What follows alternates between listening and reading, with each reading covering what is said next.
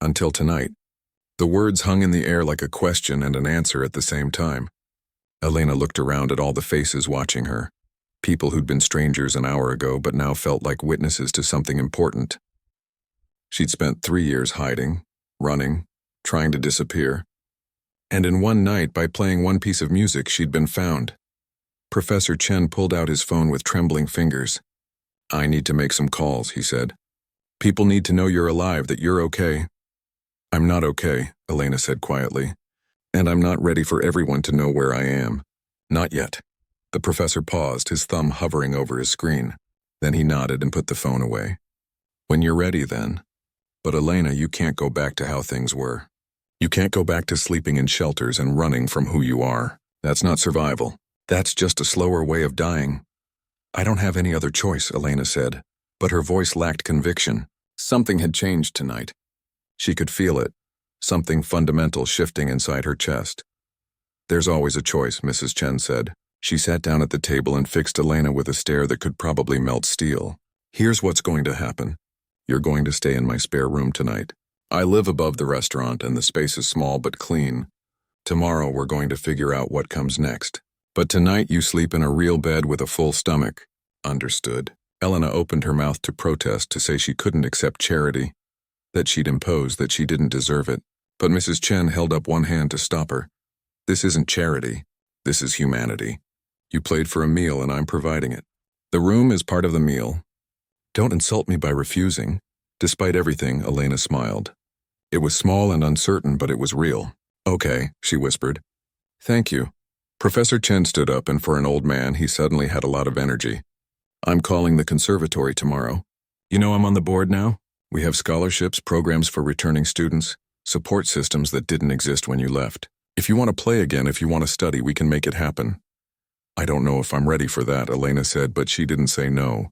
That was something. Vincent, who'd been sitting quietly processing everything, finally spoke up. "Mrs. Chen, you need a new piano player." Mrs. Chen looked at him sharply. "What are you talking about?" "I have you. You need her," Vincent said simply. He looked at Elena with something like reverence. "I'm good. I know I'm good, but she's something else entirely. Having her play here, even part-time, would be incredible. People would come from all over just to hear her." "Vincent, you don't have to do this," Elena said quickly. "I didn't come here to take anyone's job. You're not taking it. I'm offering it." He stood up and walked over to her, holding out his hand. "I was cruel to you earlier. I mocked you because I was small and petty and scared. The truth is, hearing you play reminded me why I fell in love with music in the first place, before it became about paying bills and building a career. You play the way I used to dream about playing. Let me help you, if only to make up for being such an idiot." Elena shook his hand and Vincent smiled. Not the bitter defensive smile from earlier, but something genuine and warm. Mrs. Chen was already planning. You could see it in her eyes. "Fine, you both play. Different nights, or you split the evening. We'll figure it out. But Elena plays here as much as she wants, and she gets paid fairly for it. That's non-negotiable." "I don't need much," Elena started, but Mrs. Chen cut her off again. "Fair pay. Not charity, not scraps. Fair compensation for the work you do. That's how this works." Over the next hour, as Elena finished her meal and then had dessert because Mrs. Chen insisted, a plan began to form. Professor Chen would reach out to a few trusted contacts at the conservatory, people who could be discreet, to explore options for Elena's return to formal study. Vincent offered to help her practice, to work through the rust that might have accumulated during her 3 years away from music. Mrs. Chen would provide housing temporarily and a position at the restaurant. That would give Elena stability. Roberto, who'd been watching everything unfold, made his own contribution. "My sister runs a clothing store downtown. I'll call her tomorrow. You'll need proper clothes for performing, for interviews, for whatever comes next. She'll help. And before you say anything, she loves doing this kind of thing. Makes her feel useful." One by one, other diners came forward. A lawyer offered to look into her father's estate pro bono, to see if there was anything that could still be recovered or any debts that had been improperly handled. A doctor offered free health care, knowing that 3 years on the streets probably meant neglected medical issues. A woman who owned an apartment building offered to help find permanent housing when Elena was ready. It was overwhelming. Elena sat in the middle of all these offers and promises, crying again, but for different reasons now. For 3 years, she'd been invisible, just another homeless person that people looked past. Now suddenly, everyone wanted to help. The hardest part was letting them. "I don't understand," she said to Professor Chen during a quiet moment. "Why are all these people being so kind? They don't know me." The professor smiled. "They heard you play. They saw your pain and your strength all at once, and maybe, just maybe, it reminded them to be better than they usually are. You gave them something tonight, Elena. Not just beautiful music, but a reminder that everyone has a story, that the person you ignore on the street might be carrying more than you can imagine." The restaurant eventually had to return to normal operations. Diners finished their meals, paid their bills, and left. But every single person stopped by Elena's table on their way out to say something kind, to offer encouragement, to simply acknowledge her. Some left cash, placing bills on the table despite Mrs. Chen's protests. By the end of the night, there was almost $300 there.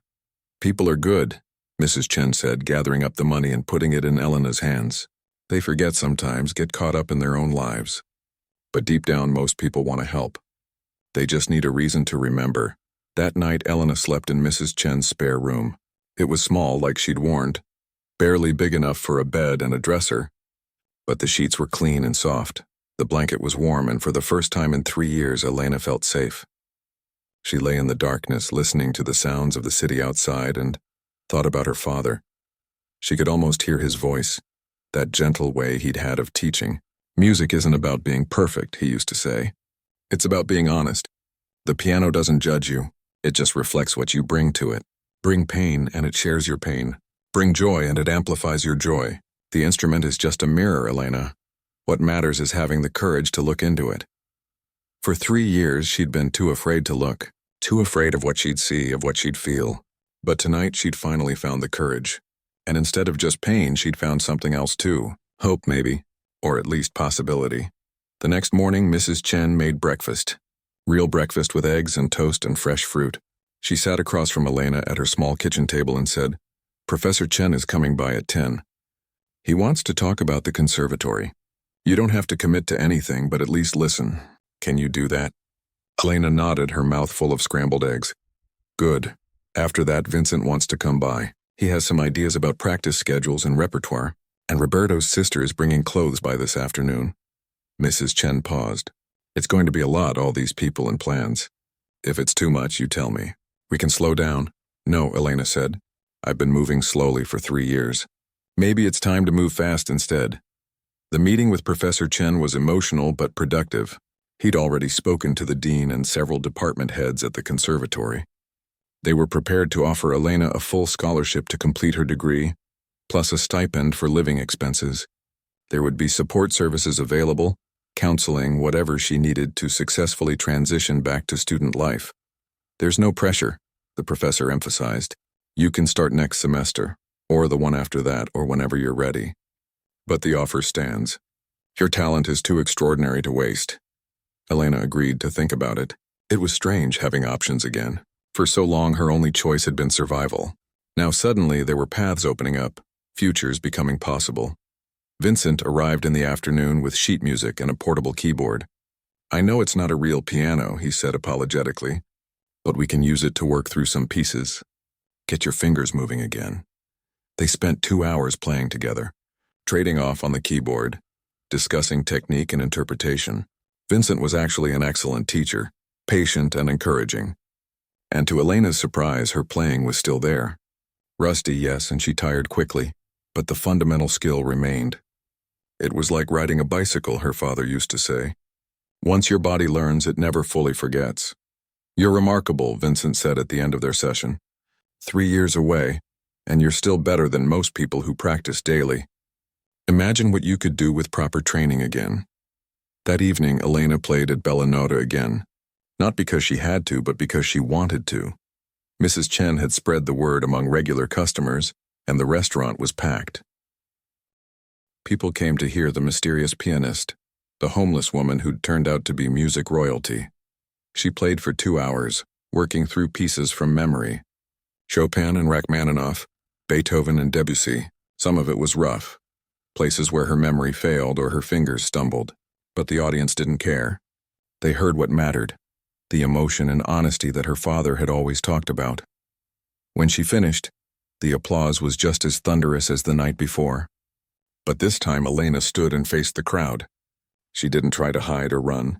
She accepted their appreciation with a small bow and a genuine smile. "Thank you," she said simply. "For listening. For caring.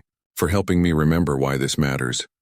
Over the next few weeks, Elena's life stabilized in ways she'd almost forgotten were possible. She moved into a small studio apartment that one of the restaurant's regular customers owned, paying reduced rent that she could afford with her wages from playing. She started seeing a therapist, working through years of grief and trauma. She met with lawyers who were reviewing her father's estate, looking for any options that might exist. And she practiced. Every day for hours, relearning pieces she'd once known perfectly, building back the calluses on her fingers, strengthening muscles that had gone soft. Vincent often joined her, and they became genuine friends, bonded by their shared love of music and his sincere desire to make amends for his initial cruelty. 3 months after that first night, Elena gave her first public performance. Not at a major venue, not yet, but at the conservatory's recital hall. Professor Chen organized it, inviting alumni and current students, colleagues, and friends. The hall sat 300 people, and every seat was filled. Elena walked on stage in a simple black dress that Roberto's sister had helped her pick out. Her hair was clean and styled, her hands steady. She sat at the piano and looked out at the audience. In the front row, she saw Mrs. Chen and Roberto and Vincent.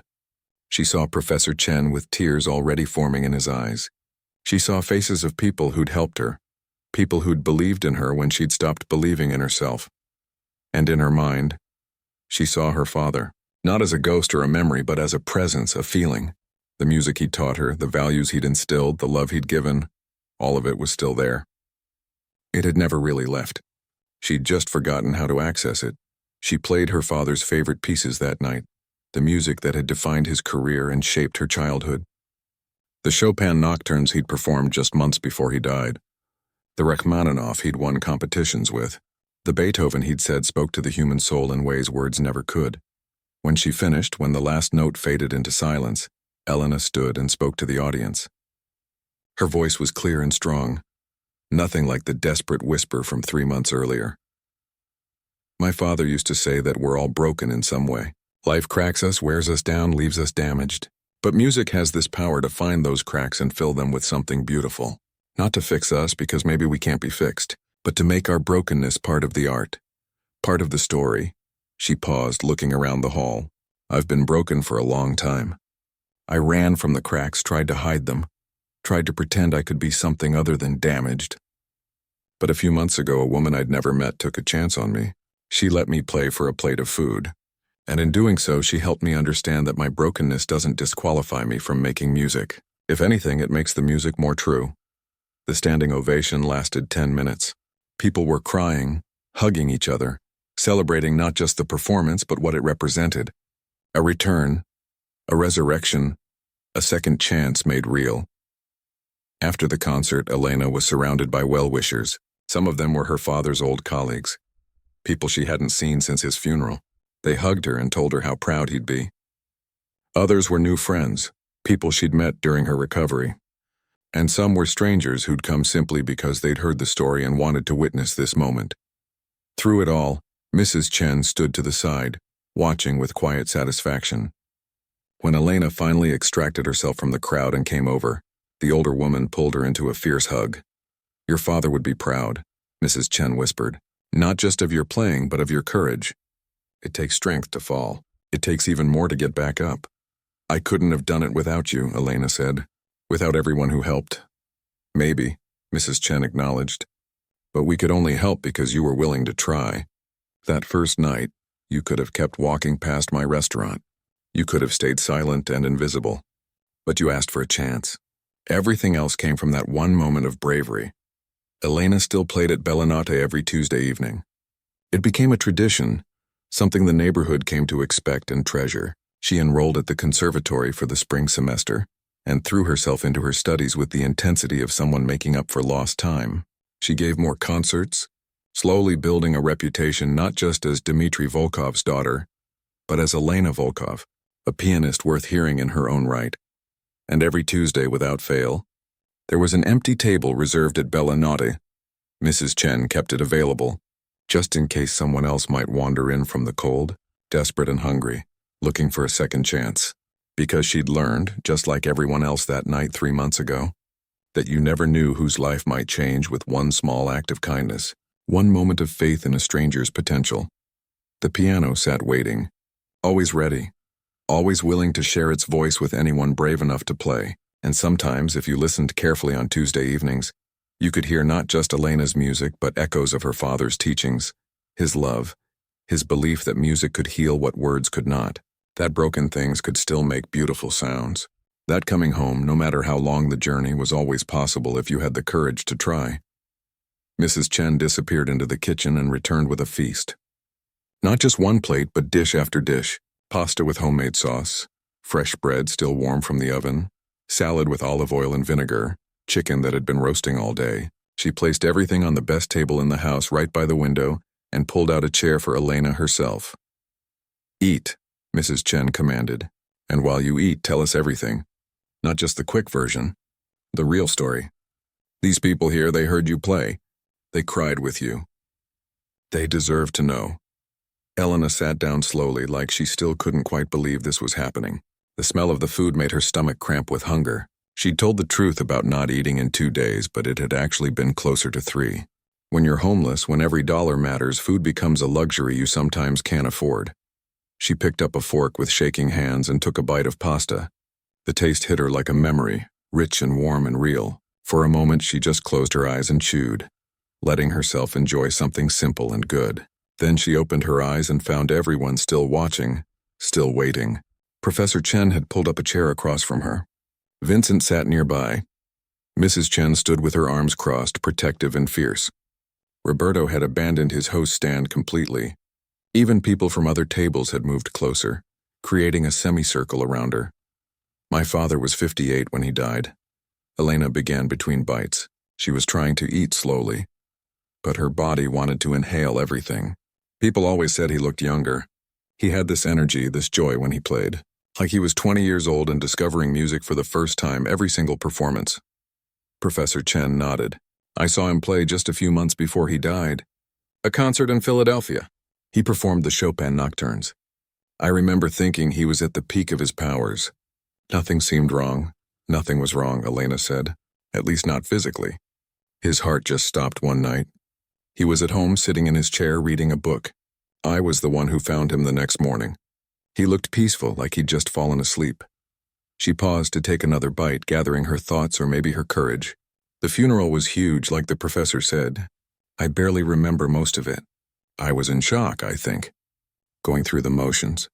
People kept hugging me, telling me how sorry they were, how much my father had meant to them. And I just nodded and thanked them and felt nothing, like I was watching it all happen to someone else. I played at his funeral because I thought that's what he would have wanted. He always said music was how we spoke when words weren't enough. So I played Chopin's funeral march, and I got through it without falling apart. Everyone said I was so strong, so brave. They didn't know I was completely numb inside." Mrs. Chen had brought over a glass of water, and Elena drank deeply before continuing. "The numbness lasted about a week. Then the lawyers called. I had to go to their office in Manhattan, this big building with marble floors and expensive art on the walls. They sat me down in a conference room and started explaining my father's estate." Her hands tightened around her fork. "That's when I found out about the debt. The lawyer, he was this older man in a suit that probably cost more than I'd spent on clothes in my entire life. He pulled out documents and spreadsheets and started listing numbers. Big numbers. Numbers I couldn't really comprehend at first. On our apartment. He borrowed from friends, from colleagues. He even borrowed against his future earnings, taking advances on performances he hadn't given yet." Vincent made a small sound of distress. Mrs. Chen's jaw tightened. The people listening looked horrified. "But it wasn't just the medical bills," Elena continued. Her voice had gone flat, like she was reading from a script she'd memorized. "After my mother died, my father kept spending. He paid for my education, for private lessons with the best teachers, for trips to competitions and performances. He wanted me to have every opportunity he'd had and more. He bought me a piano for my 16th birthday, a beautiful instrument that cost $40,000. I thought he'd saved up for it. He'd actually borrowed the money. She pushed the pasta around on her plate, suddenly less hungry. The lawyer showed me everything. Every loan, every debt, every obligation. And then he told me the timeline. Creditors were already filing claims against the estate. I had maybe 3 months before they started seizing assets to recover their money. I tried to fight it, Elena said. I hired my own lawyer, used the small amount of money I did have, about $10,000 I'd saved from performances and competition winnings. I thought maybe we could work out a payment plan. Maybe I could keep the apartment and pay off the debt slowly. But the numbers were too big. Even if I'd been able to work immediately, even if I'd gotten an amazing job, it would have taken decades to pay it all off. Professor Chen reached across the table and took her hand. Why didn't you come to us? Your father had so many friends, so many people who loved him. We could have helped. With what? Elena's voice cracked. The debt was over $400,000 after everything was tallied up. How could I ask anyone for that kind of money? How could I tell the world that the great Dmitry Volkov, this man everyone admired, had basically bankrupted himself? It would have destroyed his reputation. People would have whispered about it every time they heard his recordings or mentioned his name. Poor Dmitry, they'd say, couldn't manage his money, died and left his daughter with nothing. Nobody would have thought that, Vincent said quietly. You don't know that, Elena shot back. People judge. They can't help it. And I couldn't bear the thought of his legacy being about debt instead of music, so I kept my mouth shut. I let the lawyers sell everything. The apartment went first, then his piano collection, piece by piece. Watching those instruments get auctioned off was like watching him die all over again. Each one had a story, a memory. The Steinway he'd played for his first major performance. The Bösendorfer he'd bought in Vienna. The small upright that had been his first piano as a child. All gone to strangers who just wanted them as investments or decorations. She finally gave up on the food and pushed the plate away. Mrs. Chen immediately pushed it back. Keep eating, she ordered. You need your strength. Elena took another bite obediently. The worst part was that even after selling everything, there was still debt. The creditors agreed to write off the rest, but only if I signed papers giving up any claim to anything else. My father's royalties from his recordings, the rights to his performances, everything. I signed it all away just to make it stop. By the time it was over, I had nothing. No home, no piano, no money. I'd missed so much school dealing with lawyers and estate issues that I'd fallen behind. And like I said before, I couldn't handle being at Juilliard anyway. Every class reminded me of him. Every teacher had studied his techniques or knew his work. Other students would come up to me in the halls and say things like, "Your father was such an inspiration," or "You must be so proud of his legacy." They meant well, but it felt like being stabbed every time. So you left, Mrs. Chen said. So I ran, Elena corrected. I packed one bag with whatever clothes fit, took the $200 I had left and bought a bus ticket to Philadelphia. I didn't know anyone there. That was the point. I wanted to go somewhere where nobody knew who I was, where I could just be nobody for a while. She laughed bitterly. I thought it would be temporary. A few months to clear my head, to grieve without everyone watching, and then I'd go back and figure out my life. But a few months turned into 6 months. 6 months turned into a year. Before I knew it, 3 years had passed and I was still running. Roberto had been listening from his spot near the wall. Now he spoke up, his voice gentle. What did you do? How did you survive? Barely, Ellen admitted. I worked whatever jobs I could find. Restaurants, retail, cleaning services. Nothing that required references or background checks because I didn't have those anymore. I used a fake name sometimes because I was afraid someone might recognize my real one. I moved from city to city whenever I started to feel too settled, too comfortable. Philadelphia, then Baltimore, then D.C., then Richmond. Always moving, always alone. I slept in my car for a while. An old Honda my father had bought me for my 18th birthday. It broke down in Delaware and I couldn't afford to fix it, so I left it on the side of the road with the keys in the ignition. After that, it was shelters mostly. Some nights outside if the shelters were full or if I couldn't handle being around people. You learn things when you're homeless. Which parks are safe to sleep in?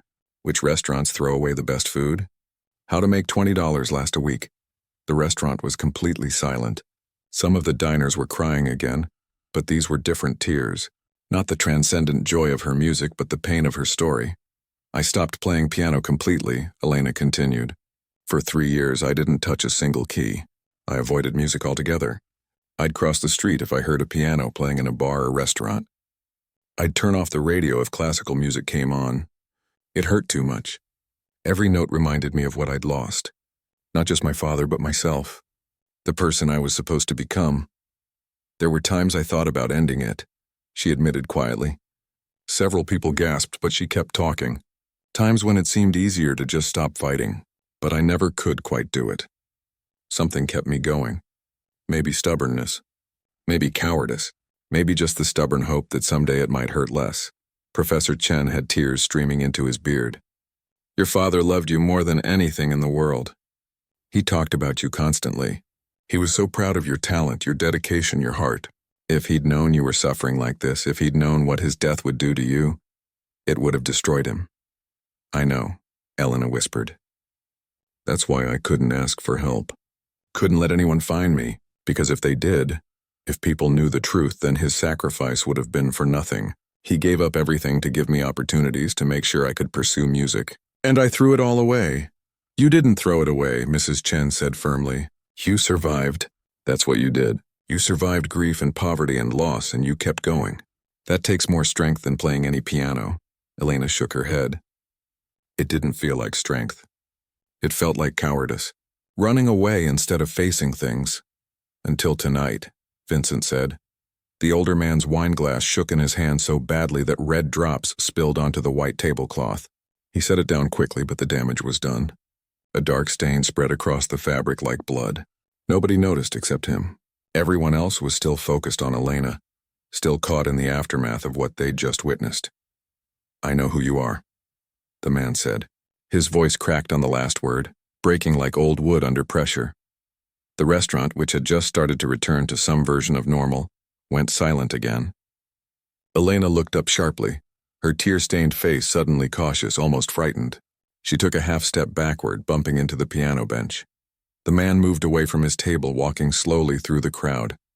People stepped aside for him, sensing that something important was happening even if they didn't understand what.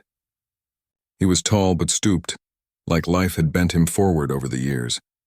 He wore a tweed jacket with elbow patches, the kind professors wear in old movies.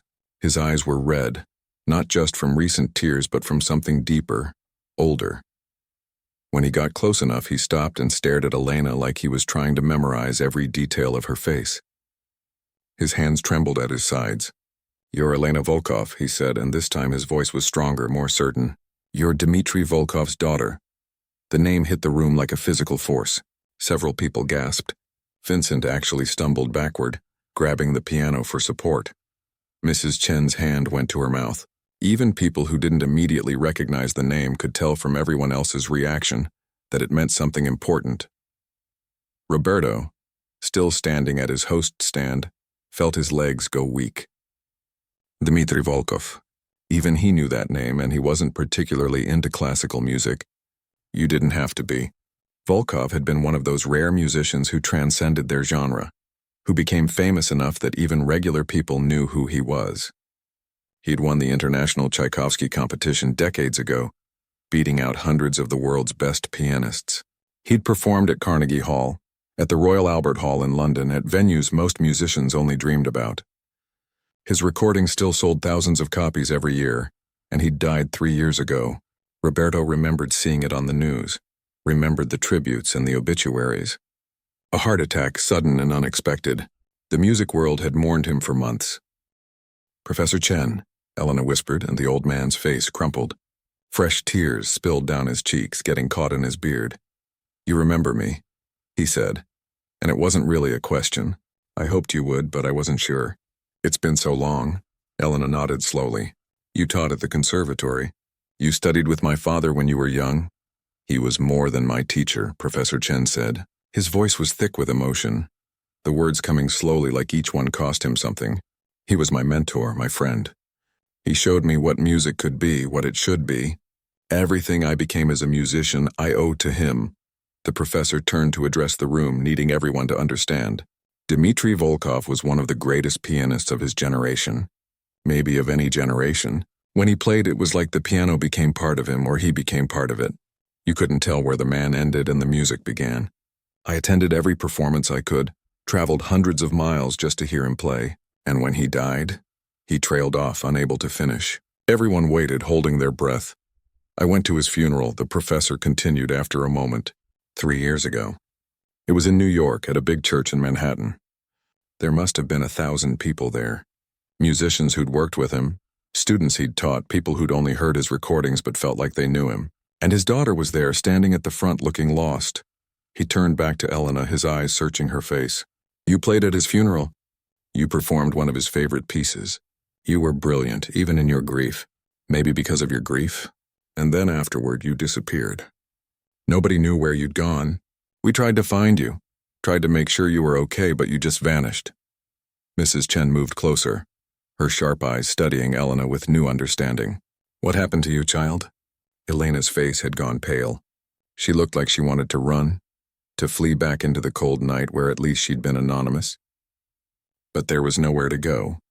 The truth was out now, spreading through the restaurant in whispers and shocked exclamations. She was trapped by her own past, by who she used to be. After my father died, she started, then stopped, took a breath, tried again. After he died, I found out about the debts. Debts? Professor Chen looked confused. But your father was successful. He played at the best venues, his recording sold well. He should have been comfortable, at least. Elena laughed, but it was a bitter sound. Nothing like the beauty she'd created at the piano minutes earlier. That's what everyone thought. That's what I thought too. But my mother got cancer when I was 15. She fought it for 2 years before she died. The treatment was expensive. So expensive. My father had good insurance, but it wasn't enough. Not for experimental treatments, not for the specialists, not for everything they tried. She wrapped her arms around herself, like she was trying to hold herself together. He never told me. Never told anyone. He just took out loans, second mortgages, borrowed from friends. He kept performing, kept teaching, kept smiling, and the whole time he was drowning in debt. He hid it so well that even I didn't know. I was just a kid and then a teenager, and he protected me from all of it. The restaurant was completely silent now. Even the kitchen staff had stopped making noise. Everyone was listening, drawn into this unexpected tragedy unfolding before them.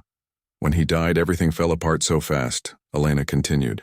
Her voice was steady, but tears were streaming down her face again. Creditors started calling before his body was even cold. The house I grew up in, the apartment where we'd lived since I was born, they took it, sold it to pay off debts.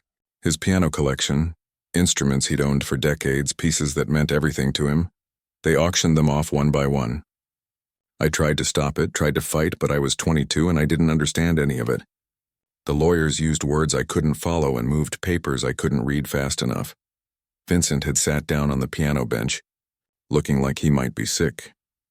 Mrs. Chen had pulled up a chair and reached out to take Elena's hand. The young woman held on like it was a lifeline. Everyone thought my father left me a fortune, Elena said. His colleagues, his friends, they all assumed I was set for life. And I was too ashamed to tell them the truth, too proud to ask for help. How do you tell people that the great Dmitri Volkov, this man everyone admired, had died leaving his only child with nothing but bills and memories? Professor Chen was crying openly now, not bothering to hide it. We would have helped. If we'd known, if you'd told us, we would have done anything. I know, Elena said quietly. I know that now. But at the time I couldn't. I just couldn't. I was grieving and angry and so ashamed. It felt like losing him wasn't enough. I had to lose everything else too. The home, the piano, the future I'd planned. You were at Juilliard, the professor said. It wasn't a question. You'd been accepted on a full scholarship. Everyone said you were one of the most talented students they'd seen in years. Elena nodded. I lasted 2 months after he died.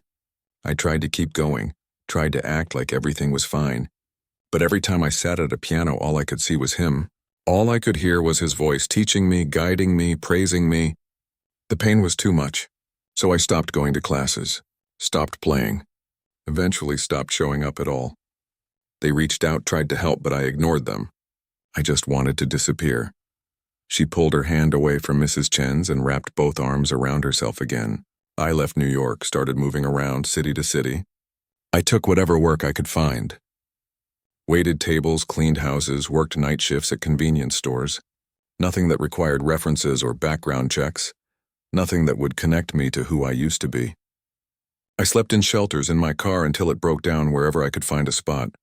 For 3 years, Professor Chen's voice was horrified. You've been living like this for 3 years? I told myself it was what I deserved, Elena said. My father worked himself to death trying to save my mother and give me a good life. And I couldn't even honor his memory by continuing with music. Every time I tried to practice, I fell apart. So I stopped trying. I avoided pianos like they were poison. I walked on the other side of the street when I heard music playing. I quit everything that mattered. Mrs. Chen stood up and put her hands on Elena's shoulders, forcing the younger woman to look at her. That's not honoring him. That's punishing yourself. I know, Elena whispered. I know that. But knowing it and being able to stop are two different things. What changed? Vincent asked from his seat at the piano bench. His voice was gentle now, all his earlier cruelty burned away. What made you come here tonight? Elena was quiet for a long moment. When she finally spoke, her voice was so soft that people had to lean in to hear her. 3 days ago, I was walking past this restaurant. I'd been in Boston for maybe a week, sleeping in a shelter downtown. I didn't have any money, hadn't eaten in 2 days. I was thinking about calling one of my father's old friends, finally swallowing my pride and asking for help. And then I heard it. The piano, Mrs. Chen said. The piano, Elena confirmed. You had the window open a crack because it was warm in here, and I heard someone playing.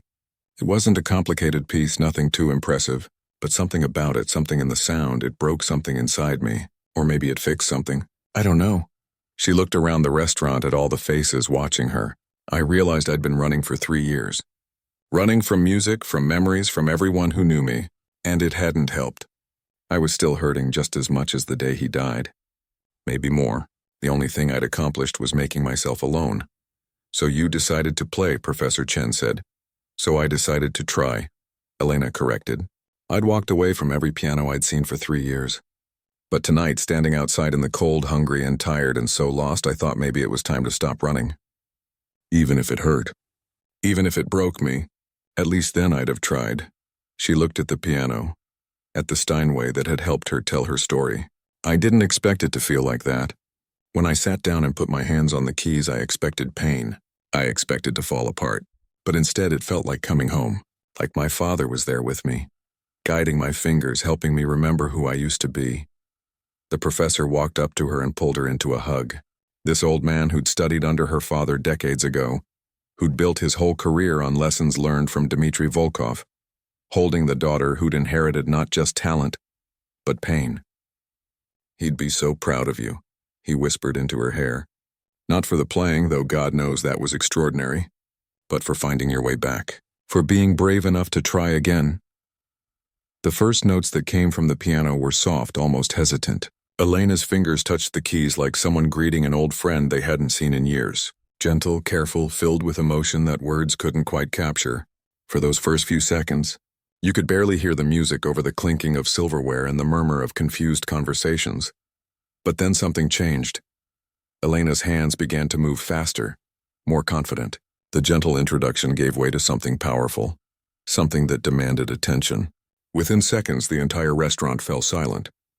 Forks stopped halfway to mouths. Wine glasses paused in midair. Conversations died mid-sentence. Every single person in Belenata turned to watch. She was playing Rachmaninoff's Piano Concerto No. 2. Not the easy parts, not some simplified version that beginners might tackle.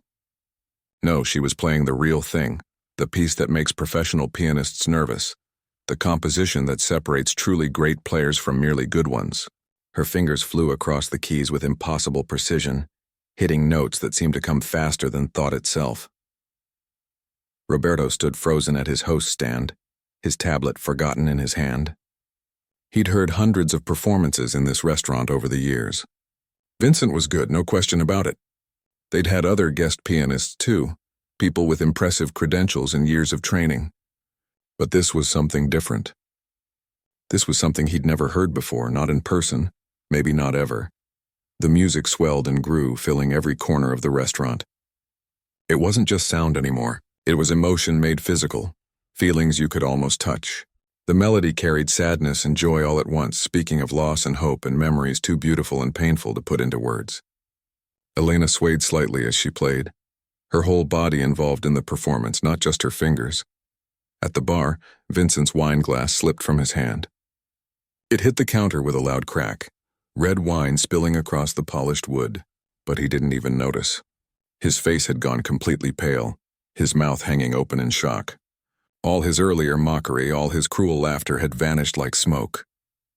He looked like someone who'd just seen something impossible, something that challenged everything he thought he knew about the world. Mrs. Chen stood near the kitchen entrance, one hand pressed against her heart. Tears were forming in her eyes, something her staff had almost never seen. She'd opened this restaurant 4 decades ago after her husband died, pouring all her grief and determination into creating something beautiful. She'd heard so much music in this place over the years, music at celebrations and proposals and quiet dinners, but nothing had ever reached inside her chest and grabbed her heart quite like this. At table 7, a woman in an expensive blue dress had tears streaming down her face, completely ruining her makeup. She didn't care. Her husband reached over and took her hand, squeezing it tight, his own eyes wet. They'd come to celebrate their anniversary, expecting a nice meal and pleasant background music. They hadn't expected to feel like this, like someone had reached into their souls and played all the notes they'd been too afraid to voice. An older couple at table 3 sat perfectly still, barely breathing. The man had his arm around his wife's shoulders, holding her close. They'd been married for 52 years, raised 4 children, buried parents and friends and dreams. They'd heard plenty of music in their long lives, but this reminded them of their wedding day, of the first time they'd danced together, of every beautiful and terrible moment they'd shared. The piano seemed to be telling their whole story somehow, even though Elena had never met them and never would. Near the window, a young man who'd been on his phone, barely paying attention to his date, had put the device down on the table. He was staring at Elena with wide eyes, completely transfixed. His date had forgotten to be annoyed with him. She was crying too, though she didn't quite know why. The music had found something in her she'd buried long ago, some dream she'd given up on, some version of herself she'd stopped believing in. The technical difficulty of what Elena was playing couldn't be overstated.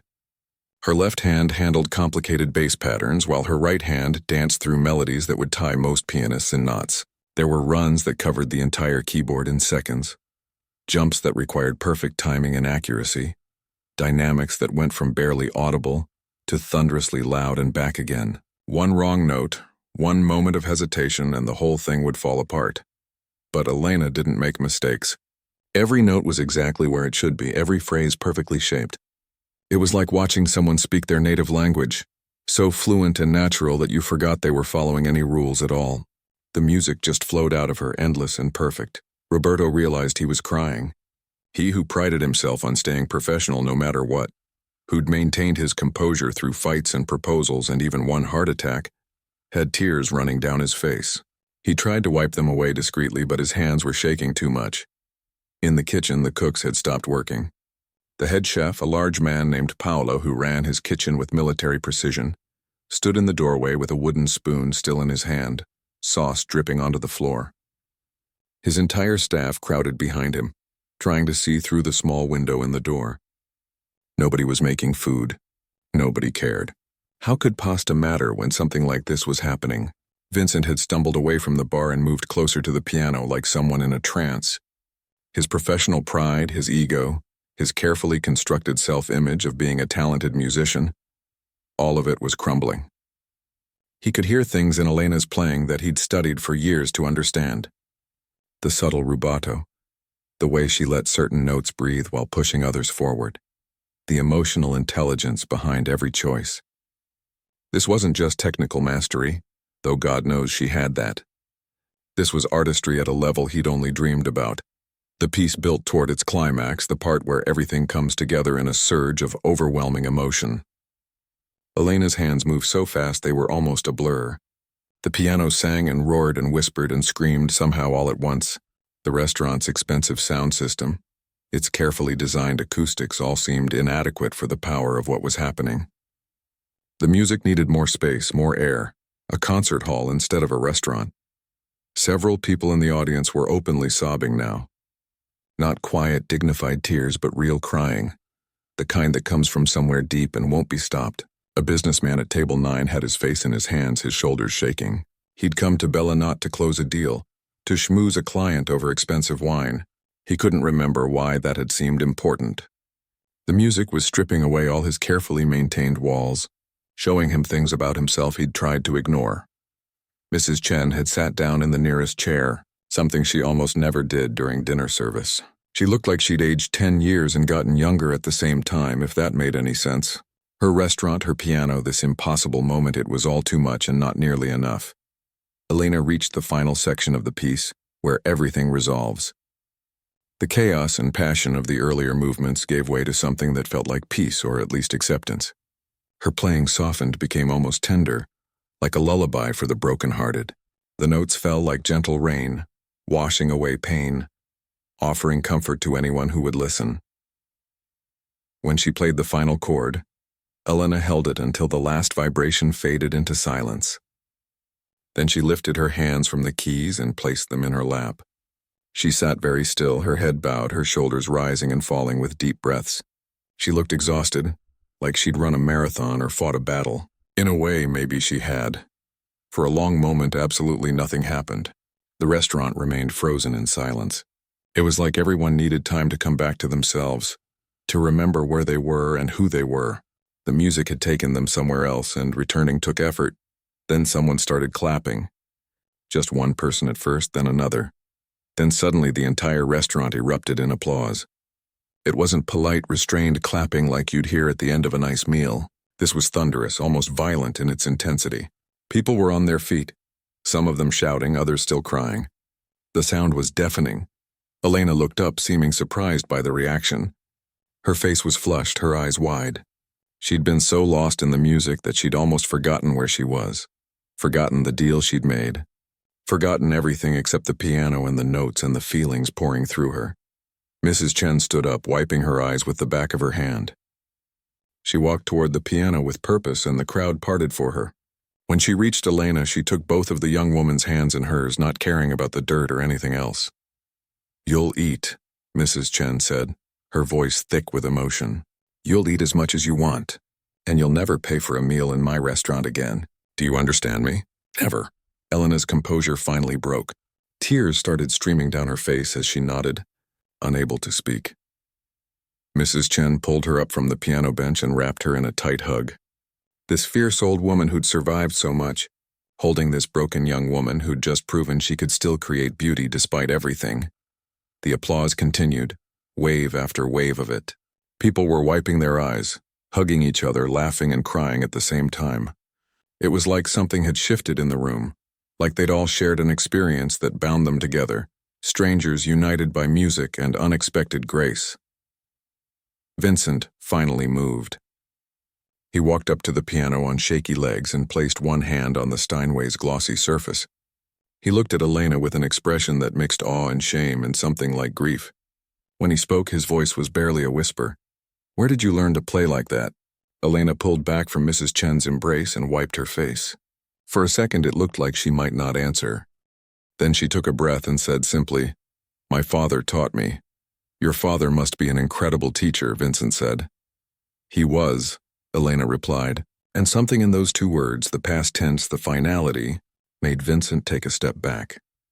Before anyone could ask another question, before the moment could be broken by too much curiosity, an older man stood up from his table in the corner. He was maybe 70, with white hair and a neatly trimmed beard. He'd been dining alone, a leather bag beside his chair. His face had gone completely white, like he'd seen a ghost. The wind cut through the streets of Boston like a knife that November evening. Inside the warm glow of Bella Notte restaurant, people laughed and clinked their wine glasses, completely unaware of the cold outside. The smell of garlic bread and fresh tomato sauce drifted through the air, mixing with the soft notes of a piano playing somewhere in the back. It was one of those fancy Italian places where people came dressed in their best clothes. Women wore elegant dresses and men had on pressed shirts and jackets. The kind of place where a single meal could cost what some people made in a day.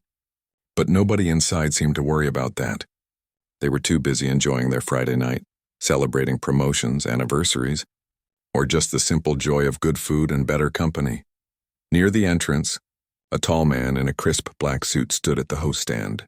His name was Roberto, and he'd been working at Bella Notte for almost 15 years. He knew every regular customer by name, remembered their favorite tables, and could spot trouble from a mile away. Tonight he was busy checking reservations on his tablet when the front door suddenly swung open. A young woman stumbled in, and Roberto's practiced smile faltered for just a second. She looked completely out of place. Her jacket was thin and torn at one sleeve, barely enough to protect anyone from the bitter cold outside. Her jeans had holes in them, but not the fashionable kind you'd buy at expensive stores.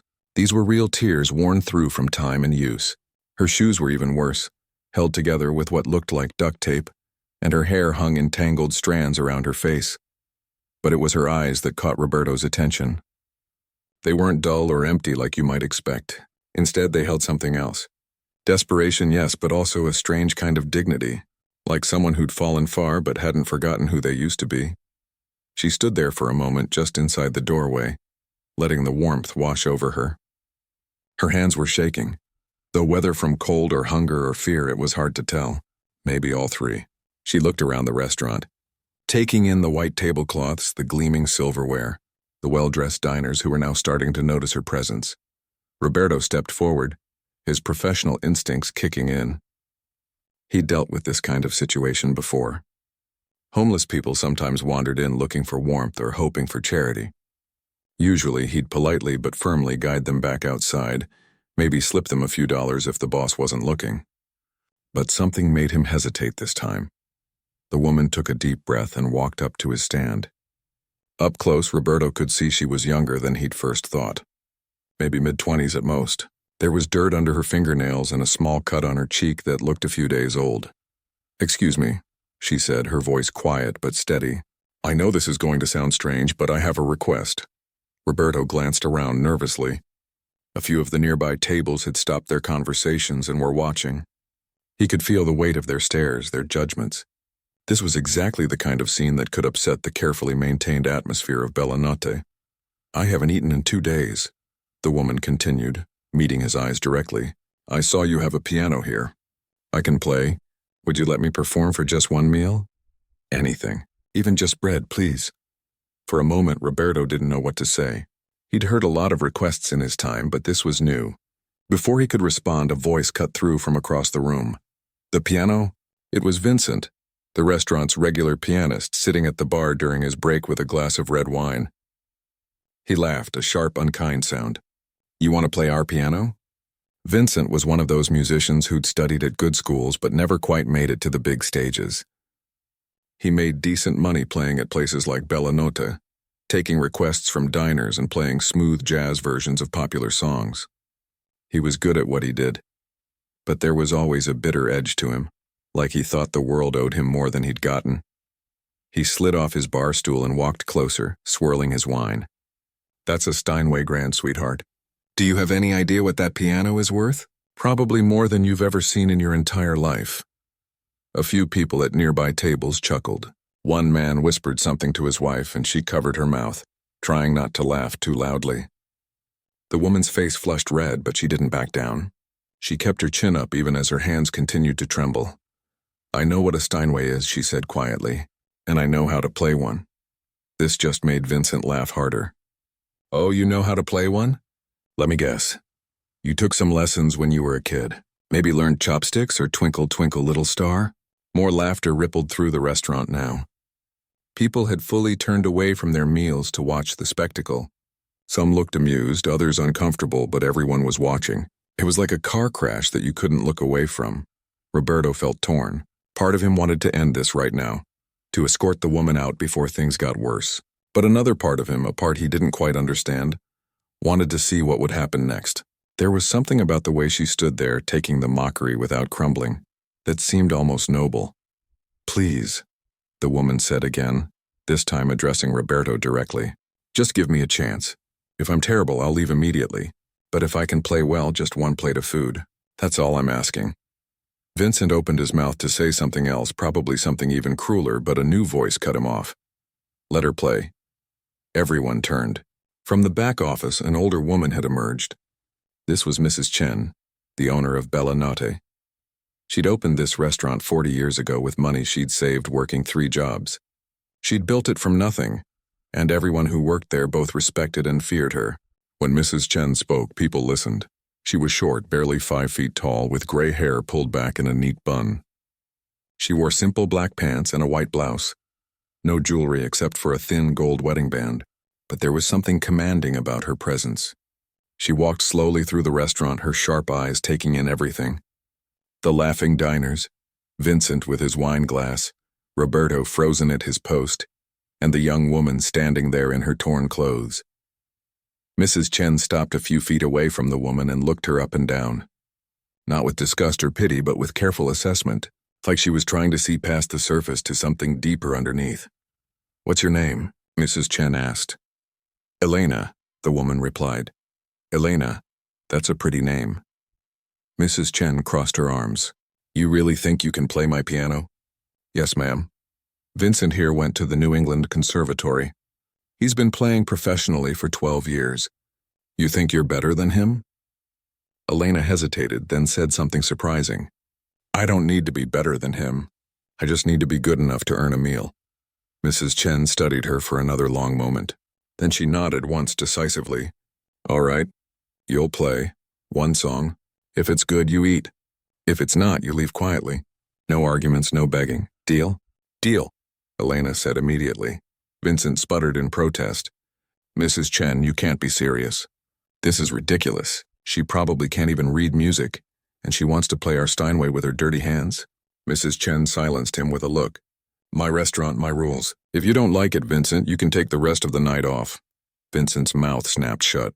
He needed this job too much to argue further. But his face was red with anger and embarrassment.